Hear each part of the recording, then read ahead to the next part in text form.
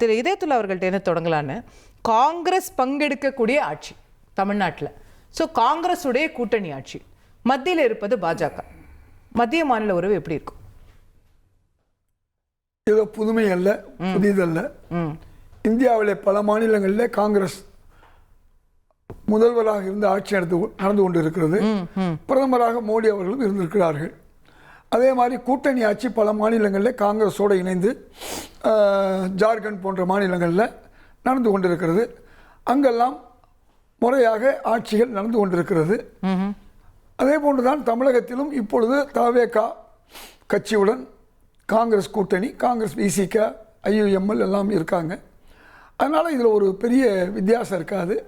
தமிழகத்துடைய உரிமைகளை கேட்பது ஒரு முதல் மந்திரிக்கு கடமை. எப்படி முன்னாள் முதல்வர் மாண்புமிகு ஸ்டாலின் அவர்கள் இந்த தங்களுடைய கோரிக்கைகளை அப்பொழுது நம்முடைய பிரதமர் மோடி அவர்களை சந்திப்பது, தமிழகத்திலே பிரதமர் மோடி வந்தால் அவருக்கு வரவேற்பு கொடுப்பது, சந்திப்பது, விமான நிலையத்தில் வரவேற்பது என்றெல்லாம் எப்படி இதற்கு முன்பு நடந்ததோ அதே செய்கள் தான். ஒன்றும் ஆட்சிகள் என்பது எப்போதுமே ஒரே மாதிரி தான் இருக்கும். காட்சிகள் வேணால் மாறலாம், முதல்வர் மாறலாம், பிரதமர் மாறலாம், எது எவ்வாறாக இருந்தாலும் தமிழகத்துடைய உரிமையை கேட்க வேண்டிய கடமை ஒவ்வொரு முதல்வர்களுக்கும் உண்டு. அந்த அடிப்படையில் தான் நேற்று காங்கிரஸ் கட்சியினுடைய முதல்வராக பதவியேற்ற திரு சதீஷன் மாண்புமிகு சதீஷன் அவர்கள் போய் சந்திச்சு வந்திருக்காரு. மம்தா பானர்ஜி அவர்கள் எவ்வளவு எதிராக இருந்தால் கூட பிரதமரை சந்திக்க வேண்டிய கடமை இருக்கிறது. ஏனென்றால் நம்முடைய வரியுடைய பெரும்பாலான பகுதியை அவர்கள் பெறுகிறார்கள். இப்போ கஸ்டம்ஸ், ஜிஎஸ்டி, அதே மாதிரி சென்ட்ரல் எக்ஸைஸ், இப்படி பல்வேறு நிதிகள் மட்டுமல்ல, டோல் தமிழ்நாட்டில் இருந்து நமக்கு கிட்டத்தட்ட உதாரணமாக ஒரு 1,00,000 கோடி போச்சுன்னா நமக்கு வர வேண்டியது ஒரு பாதியாவது வரணும். ஆனால் நமக்கு வருவது வெறும் ஒரு 25 விழுக்காட்டிலிருந்து 30 விழுக்காடு தான் வருது. நமக்கு பாஜக ஆளக்கூடிய மாநிலங்களில் 1.5 மடங்கு 2 மடங்குலாம் கிடைக்குது. அதை கேட்கறது நம்ம கடமை. முன்னாள் முதல்வர்கள் நாம் தமிழ்நாட்டில் யாரெல்லாம் இருந்தார்களோ கேட்டார்கள், அது கிடைக்கலைங்கிறது திரு ஓபிஎஸ் அவர்களும் வருத்தப்பட்டு பேசியிருக்கிறாரு. அதிமுக இருக்கிற காலத்தில் இபிஎஸும் பேசியிருக்காரு. முன்னாள் முதல்வர் மாண்புமிகு ஸ்டாலின் அவர்களும் இதை பேசியிருக்காரு. அதே மாதிரி இன்றைக்கு கேட்பதற்கு போயிருக்காரு. என்ன நடக்கும் என்பது நம்ம பொறுத்திருந்தா பார்க்கணும். ஓகே, கேட்போம். நான் திரு நந்தகுமார் அவர்கிட்ட கொண்டு போக நினைக்கிறது, இது ஒரு பிரதமருடைய உரையாடலை தொடங்கும் போதே சிஎம் வெளியிட்டிருக்கக்கூடிய அறிக்கையிலிருந்து நம்ம பார்க்கும்போது, முதல்ல அவர் ஆணைமங்கலம் செப்பேடுகள் எல்லாம் கொண்டு வந்திருக்கிறீங்க, அதுக்கு நன்றின்னு தொடங்குறார். அதுக்கப்புறம் தன்னுடைய கோரிக்கைகளை வைக்கிறார். அப்போ ஒரு மோதல் போக்கு இல்லாம ஒரு ஆரோக்கியமான போக்கை முன்னெடுக்கிறாங்க, ஒரு ஃப்ரெண்ட், ஒரு நல்லுறவை பேணுறாங்க அப்படின்ற ரீதியில பார்க்குறீங்களா? கட்டாயமா இது நான் ஏற்கனவே பல இடத்துல சொல்லிக்கிட்டு இருந்த மாதிரி, மத்திக்கும் மாநிலத்துக்கும் ஒரு சுமூகமான உறவு இருந்தாதான் மாநில மக்களுக்கு நன்மை பயக்கும். அவங்கள எதிராளியா பார்த்துக்கிட்டு சண்டை போட்டுக்கிட்டு நீயா நானெல்லாம் சண்டை போட வேண்டிய அவசியம் கிடையாது. இப்ப இன்னைக்கு கூட பாருங்க, தமிழ் தாய் வாழ்த்துக்காக போய் அவர் கோரிக்கை வச்சிருக்காரு. உடனே என்ன சொல்லுவாங்கன்னா, பாருங்க நாங்களா இருந்தோம்னா இந்நேரம் இறங்கி எவ்வளவு சண்டை போட்டிருப்போம் தெரியுமா, இவர் போய் அங்க தேவையில்லாம ரெக்வெஸ்ட் பண்ணிட்டு இருக்காருங்கன்னு கம்பு சுத்துவாங்க. ஆனா இதே அவர்கள் முன்னாடி ஐயா ஸ்டாலின் அவர்கள் முதலமைச்சர் இருக்கும் போதே ஹைகோர்ட் ஜட்ஜ் அப்பாயின்மெண்ட் போதும் சரி, இப்ப இருக்கக்கூடிய கவர்னர் பதவியேற்பு விழா போதும் தமிழ் தாய் வாழ்த்து கடைசியா தான் பாடப்பட்டது. அப்பெல்லாம் அவர் அங்கேயே இருக்காரு. இத ஐயா வைகோ அவர்களே மேற்கோள் காட்டி சுட்டு காமிச்செல்லாம் பேசியிருக்காரு. அப்போ இந்த இடத்துல நம்ம எல்லாருமே இன்னைக்கு தமிழக மக்கள் எதிர்பார்த்துக்கிட்டு இருக்குது, மத்திய அரசாங்கத்து கூட உங்களுக்கு சுமூக உறவு வேணுமே ஒழிய பகைமை வேண்டியது இல்ல. உரிமைக்காக போராடுறது வேற, பகைமை பாராட்டி போராடுறதுங்கிறது வேற. உங்களுக்கு டெல்லிக்கும் தமிழகத்துக்கும் சுமூக அரசாங்கம் பகைமை பாராட்டினாங்கன்னு நினைக்கிறீங்க? ஆமா, எதை எடுத்தாலும் இப்ப நீங்க அவங்களுடைய தேர்தல் பிரச்சாரமே என்ன இருந்துச்சு அசோகா, டெல்லிக்கும் தமிழ்நாட்டுக்கும் தான் சண்டை. ஆமா, டெல்லிக்கும் தமிழ்நாட்டுக்கு தான் சண்டை. நான் பல இடத்துல சொன்னேன், டெல்லிக்கும் தமிழ்நாட்டுக்கு என்ன சண்டை? அப்ப நீங்க டெல்லியில இருக்கும் போது பூரா எத்தனை அவலங்கள் நடந்துச்சு, அதையெல்லாம் எதிர்த்து நீங்க அன்னைக்கெல்லாம் ஏன் டெல்லி எதிர்த்து போராடல? நீங்க ஆட்சியில இருக்கும் போது டெல்லி உங்களுக்கு ரொம்ப முக்கியம். பதவியில இருக்கும் போது அதே நீங்க எதிர்கட்சியா இருந்தீங்கன்னாக்கா, இல்ல நீங்க ஆளுங்கட்சியா நீங்க பொலிட்டிக்கல் மைலேஜ் எடுக்கணுங்கிறதுக்காக, ஆன்டி பிஜேபி ஓட்டு ஹார்வெஸ்ட் பண்ணுங்கிறதுக்காக மட்டுமே தேவையில்லாம மத்திய அரசாங்கத்துக்கு தமிழகத்தினுடைய பகைமையை உணர்ச்சி பல இடங்கள்ல தேவையில்லாம உண்டு பண்ணினாங்க. இப்ப இப்பயுமே வந்து விஜய் அவர்கள் உரிமையை தான் நிலைநாட்டுறாங்க. நீங்க போய் எங்களுக்கு தமிழ் தாய் வாழ்த்து முதல் பாடத்துக்கு கொடுங்க, இது ப்ராப்பர் அப்ரோச். அதை விட்டுட்டு நீங்க ரோட்ல இறங்கி சண்டை போடணுங்கிற அவசியம் இல்ல. ஓகே, அதை வந்து ஏன் வந்து ஸ்டாலின் அவர்கள் முதலமைச்சராக இருந்த போது அதை ஏன் செய்யல, அப்படி செய்யணுங்கிற மாதிரி நீங்க சொன்னாங்கன்னா ஏன் ஐயா ஸ்டாலின் செய்யல? இப்போ இந்த இடத்துல நம்ம இன்னைக்கு போகும்போது மத்திய மாநில அரசு உறவு ரொம்ப முக்கியம். அடுத்தது இதனாலேயே இன்னைக்கு தமிழகத்துக்கு வர வேண்டிய பல பெரிய முதலீடுகள், தொழில் சார்ந்த முதலீடுகள் நமக்கு தவறி போயிருக்கு. அப்ப அந்த முதலீடுகள் வந்தா தான் நமக்கு வந்து வேலை வாய்ப்புகள் அதிகமாகும். வேலை வாய்ப்புகள் அதிகமாச்சுன்னா தான் பொருளாதார சுழற்சி நல்லா இருக்கும், மக்களுடைய வாழ்வாதாரம் மேலோங்கி போகும்.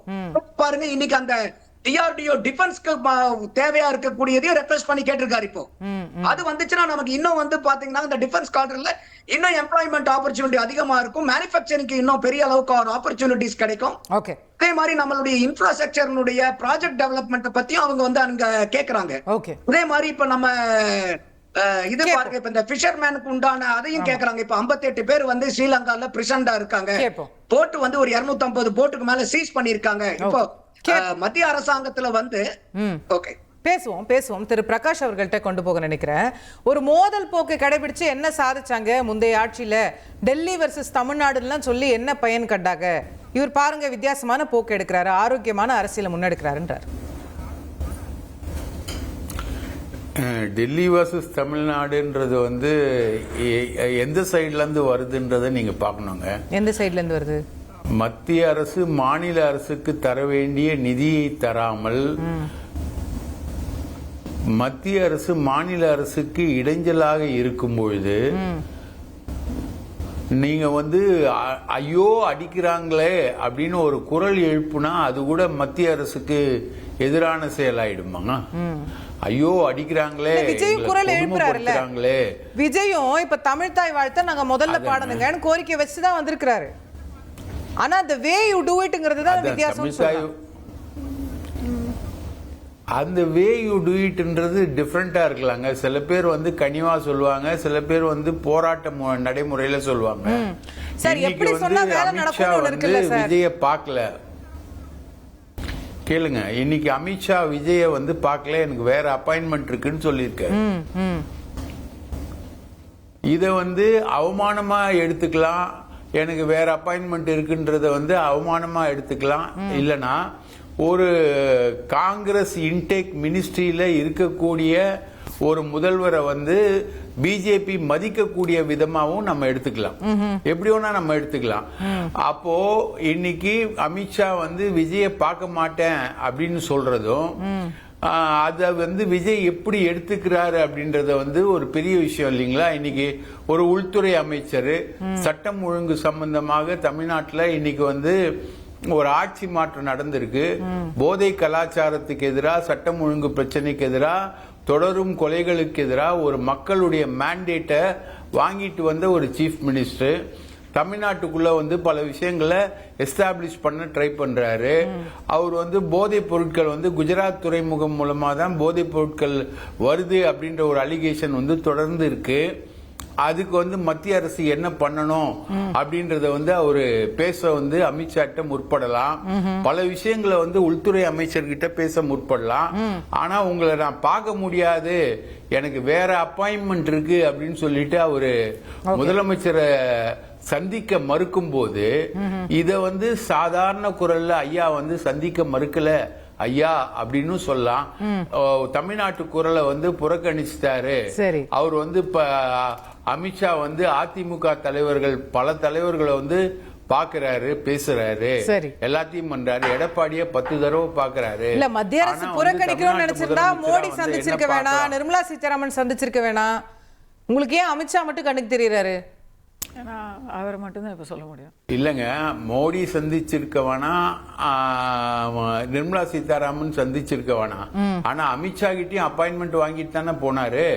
அமித்ஷாவை வந்து தமிழக முதல்வருக்கு நமக்கு தெரியாது இருந்தது. அந்த ப்ரோக்ராம்ல சார் விஜயோட திட்டமா இருந்திருக்கலாம். அவர் அங்க பேசிட்டாரா? இல்ல சார், விஜய் வந்து நம்ம இன்னாரெல்லாம் பார்க்கணும்னு பிளான் போட்டு போயிருக்கலாம். அஃப்கோர்ஸ் சிஎமோட ஆஃபீஸ்ல அது இருந்திருக்கலாம். ஆனா அது அங்க பேசிட்டாங்களா, கோஆர்டினேட் பண்ணிட்டாங்களா, டைம் வாங்கிட்டாங்களா, அது நமக்கு தெரியாதுல்ல. அங்க பேசிட்டாரு, கோஆர்டினேட் பண்ணிட்டாரு. அப்பாயின்மெண்ட் கொடுத்துட்டாரு.